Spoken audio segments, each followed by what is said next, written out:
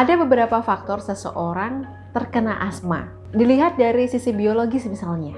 Seseorang bisa terkena asma karena memiliki riwayat penyakit asma. Ada lagi yang mengidap penyakit bronkiolitis atau infeksi paru-paru saat masih kecil, kemudian itu terbawa hingga dewasa dan menjadi penyakit asma yang sulit disembuhkan secara total. Kelahiran prematur, terutama dulu menggunakan ventilator, ini juga bisa menyebabkan pemicu seseorang terkena penyakit asma.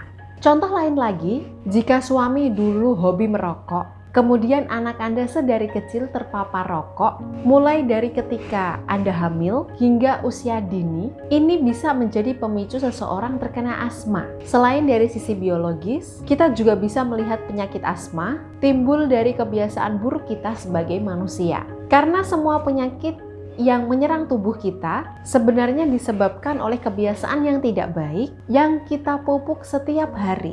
Tanpa Anda sadari, kebiasaan atau pikiran buruk yang Anda simpan berubah menjadi energi negatif yang kemudian menetap dalam tubuh Anda.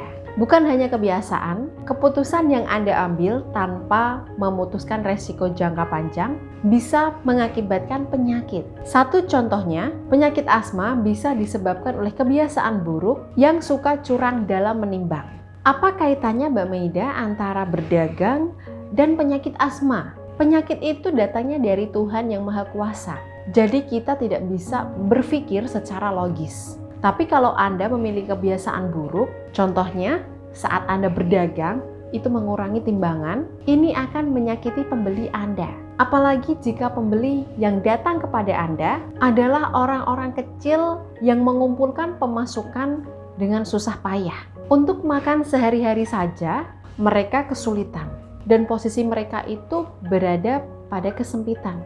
Kemudian Anda tambahi dengan sikap curang Anda dalam berhitung. Akhirnya kesempitan yang mereka rasakan sekarang tertular kepada Anda dalam bentuk penyakit asma. Jadi Anda perlu berhati-hati dalam mengambil keputusan, khususnya keputusan yang menyangkut orang lain. Jika mereka tersakiti, kemudian tidak ikhlas dengan apa yang Anda lakukan, tinggal tunggu waktu saja.